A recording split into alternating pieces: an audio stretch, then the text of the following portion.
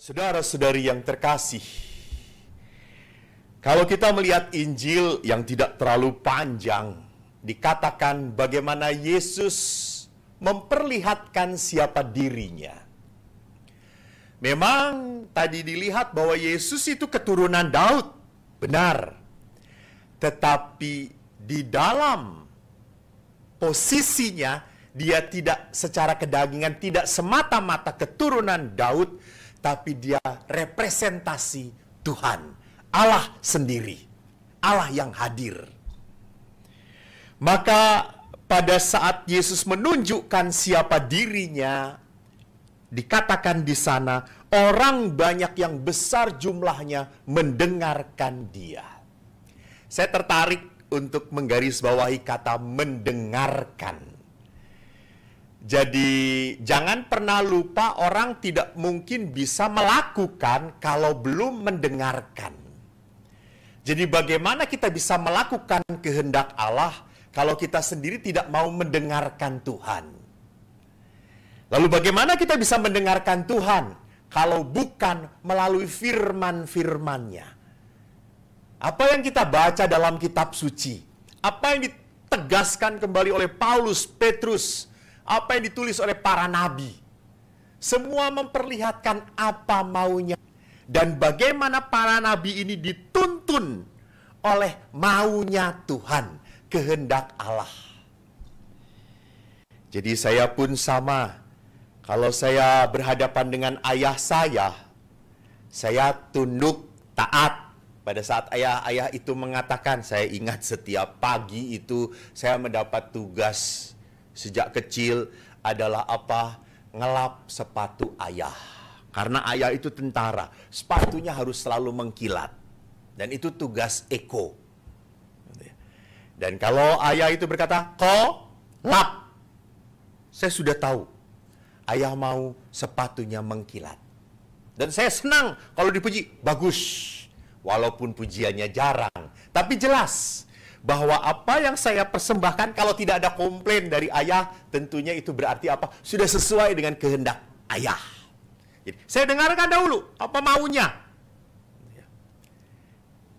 Tugas kedua setelah mengelap sepatu adalah apa? Ngelap sepeda. Itu dilakukan. Jadi, suatu hari ayah berkata, lihat, gearnya belum bersih, kotor. Saya lakukan apa maunya Bapak. Jadi mendengarkan dahulu, baru kita bisa melakukan. Jadi bukan terbalik, melakukan dahulu, baru yang nggak bisa dibenar salahkan karena kita tidak tahu sumbernya dari mana, arahnya tidak jelas. Maka saudara-saudaraku yang terkasih, kalau kita mau mendengarkan maunya Tuhan, saya senang sekali dengan apa yang tertulis oleh Rasul Paulus kepada Timotius. Dikatakan apa? Memang setiap orang yang mau hidup saleh dalam Kristus akan menderita dianiaya. Nah, saat-saat ini kadang-kadang ada beberapa orang yang berkata, "Romo, untuk saat ini kita itu hanya bisa nerima nasib ya." Ya sudah, semua orang nerima nasib apa adanya. Suatu saat pada saat saya merenungkan itu, tiba-tiba saya baca di sebuah koran, ada sebuah ungkapan yang lebih menarik bagi saya. Dia mengatakan, penulis itu, mari kita mengatur nasib, bukan menerima nasib. Nah ini bagus. Mengatur nasib kita. Jadi bukan hanya menerima apa adanya. Jadi kalau menerima, kita akhirnya seperti yang dikatakan oleh beberapa uskup, kita tidak produktif. Kita tidak bisa apa-apa karena menerima nasib. Lah kalau mengatur nasib, kita bukan melawan, tapi kita berdaya dengan situasi ini. Punya daya, punya kemampuan.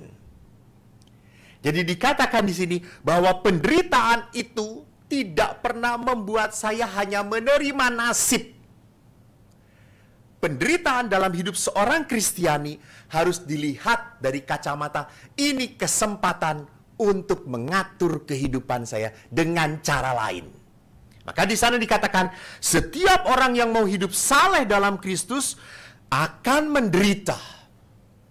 Jadi jangan dikatakan, oh memang nasibnya mengikuti Kristus adalah menderita. Yesus pun tidak menerima nasib di salibnya. Ia mengatur nasibnya dengan berkata apa? Terjadilah semuanya seturut kehendakmu. Jadi Yesus bukan hanya menerima begitu saja, tetapi menerima dengan mengerti bahwa angkan Allah ini adalah untuk kebaikan. Nah, menarik, untuk kebaikan. Memang sering apa yang kita pikirkan, apa yang kita lakukan untuk kebaikan. Nah, pertanyaannya, untuk kebaikan siapa? Kita hanya selalu berpikir, untuk kebaikan saya, maka saya seperti ini. Untuk kebaikan semua orang. Untuk kebaikan orang-orang yang kita sayangi. Apakah saya sudah melakukan sesuatu untuk kebaikan orang-orang yang dekat pada kita? Jadi, kalau ayah saya disiplin keras kepada anaknya, itu bukan hanya untuk kebaikan ayah supaya Eko nurut, bukan. Tetapi untuk kebaikan anak-anaknya. Saya ingat ayah itu selalu berkata, "Tidak perlu merokok. Saya tahu kamu merokok, oh tak antem gue." Maka apa yang terjadi? Wah, sama sekali saya tidak mau merokok. Sampai suatu saat saya ketahuan merokok karena teman-teman nyuruh saya merokok. Oh, saya dihajar habis, saudara-saudara. Saya dilempar dengan sepatu tentara. Anda tahu sepatu tentara nggak ada yang ringan. Besar sekali. Dan sepatu tentara itu dilempar dan mendarat dengan empuk di mulut saya. Gigi saya patah. Saya kabur dari rumah. Saya jengkel, saya marah kepada ayah. Namun peristiwa itu membuat sekarang saya melihat, wah syukur. Ayah itu menyuruh saya jangan merokok, supaya saya sehat. Dan syukur sampai sekarang saya tidak pernah merokok. Demi kebaikan siapa? Bukan untuk ayah, supaya ayah dipandang hebat, bagus. Bukan, demi kebaikan anak-anaknya. Dan saudara-saudara saya pun tidak ada yang merokok. Demi kebaikan siapa? Anak-anaknya. Jadi ini kebaikan yang kita lakukan, penderitaan yang kita lakukan, harus selalu ditanyakan, demi kebaikan saya doang? Atau demi kebaikan orang-orang di sekitar kita? Ini mengatur nasib, bukan menerima nasib. Dan kalau kita sudah berani menerima penderitaan sebagai bagian dari perkembangan hidup kita, demi kebaikan bersama, maka kita harus berpegang pada sesuatu. Tadi dikatakan dalam surat kepada Timotius, hendaklah berpegang pada kebenaran yang telah engkau terima dan engkau yakini. Jadi kalau kita menerima penderitaan, kita harus berpegang pada kebenaran. Apa artinya? Bahwa kebaikan penderitaan yang saya alami tidak akan pernah sia-sia.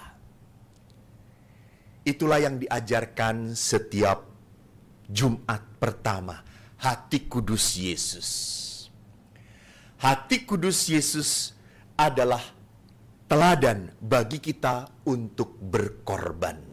Pengorbanan Kristus adalah contoh teladan bahwa apa yang dia lakukan untuk kebaikan orang lain. Maka kita pun sama secara khusus dalam setiap Jumat pertama kita berdevosi, menunjukkan cinta, menunjukkan rasa tobat, silih Tuhan.